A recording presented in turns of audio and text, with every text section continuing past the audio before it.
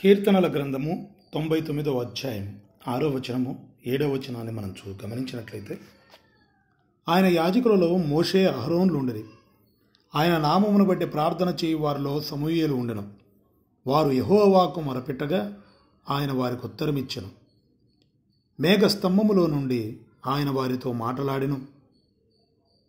వారు ఆయన శాసనములను అనుసరించి ఆయన తనకిచ్చిన కట్టడలను వారు అనుసరించిరి.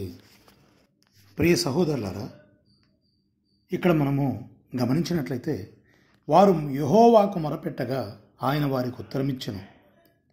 మేఘస్తంభములో నుండి ఆయన వారితో మాట్లాడెను అని రాయబడి ఉన్నది కదా. వారికి ఉత్తరమిచ్చే దేవుడుగా ఆయన ఉన్నాడు. వారి మొరను ఆలకించే దేవుడుగా, తిరిగి జవాబిచ్చే దేవుడుగా మనకు కనబడుతున్నాడు. మరి నేడు మన ప్రార్థన ఆయన ఆలకించుచున్నాడా? మనకు జవాబిచ్చువాడిగా ఆయన ఉన్నాడా? ఆలోచించండి. ఈరోజు అనేక మంది ప్రార్థన చేస్తున్నారు, ఎన్నో ఉపవాసాలుండి ప్రార్థనలు చేస్తున్నారు, కానీ జవాబు రావట్లేదు. జవాబు కోసం ఎంత కనిపెట్టిననో, ఎంత మొరపెట్టిననో వారికి దేవుడు ఉత్తరం ఇయ్యకుండా ఉన్నాడు. ప్రభువు వారి మొర ఆలకించుటలేదా? కాదు. ఒకసారి ఇక్కడ చూడండి. వారు ఆయన శాసనములను అనుసరించరి, ఆయన తమకిచ్చిన కట్టడలను వారు అనుసరించరి.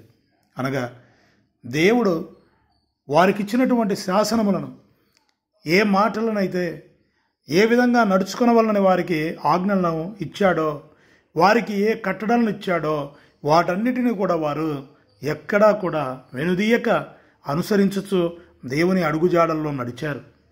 వారు దేవునికి ఇష్టమైన రీతిగా నడుచుకున్నారు. ఆయనకి ఇష్టమైన రీతిగా నడుచుకున్నట్టుకు ఎక్కడా ఆయనకు వ్యతిరేకమైన పనులలో వారు తలదూర్చలేదు. వారి అడుగులు ఎక్కడా ఆయనకు వ్యతిరేకంగా పడలేదు. అందుకే వారు మొరపెట్టినప్పుడు ఆయన ఆలకించి ఉత్తరం ఇవ్వడానికి సిద్ధంగా ఉన్నాడు. మరి వారి వలె మనము కూడా ఆయనకు ఇష్టలమే కదా. మరి శ్రేష్టమైనటువంటి ప్రభు యొక్క రక్తములో కడగబడిన వారము కదా, కృపకు పాత్రులము కదా. మరి ఎందుకని ఈరోజు మన మొర ఆలకించడం లేదు? మన ప్రార్థనకు జవాబు ఎందుకు రావట్లేదు? ఆలోచించు ప్రియనేస్తమా. ఒకవేళ నీ మొర ఆయన ఆలకించకుండా ఉన్నాడు అంటే ఆయన శాసనములను, ఆయన వాక్యములను నీవు గైకొనట్లేదేమో, వాక్య ప్రకారంగా నీవు జీవించటలేదేమో, వాక్యమునకు వ్యతిరేకంగా ఒకవేళ నీలో ఎన్నో పరిస్థితులు దాగి ఉన్నాయేమో. ఈ రోజైనా వాటిని సరిచేసుకొని ఆయన ఆజ్ఞలను, కట్టడాలను, ప్రభువు చెప్పిన వాక్యమును, దేవుని వాక్య ప్రకారంగా జీవించుటకు, అపోస్తుల బోధలు నిలవచ్చుటకు ఇప్పటి నుంచైనా నీవు నీ తల ఉంచి ప్రభువునకు తప్పక ఆయన నీ మొర ఆలకిస్తాడు. ఉత్తరమిచ్చే దేవుడు ఆయన. మనం విధేయులమై ఉండుట ఆయనకి ఇష్టము కనుక ఆయన ఆజ్ఞలను అనుసరించి అందరూ గైకొంటారో వారందరూ ఆయనకు ప్రియులే. ఎన్నడూ ఆయన చేయి విడువడు.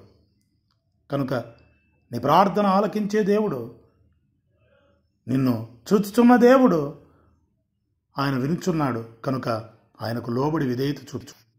తప్పక ఆయన నీ మొరను ఆలకిస్తాడు. తప్పక నీ ప్రార్థనకు జవాబు దొరుకుతుంది. కానీ ఆయన చిత్తానుసారమైన ప్రార్థన నువ్వు నేర్చుకోవాలి.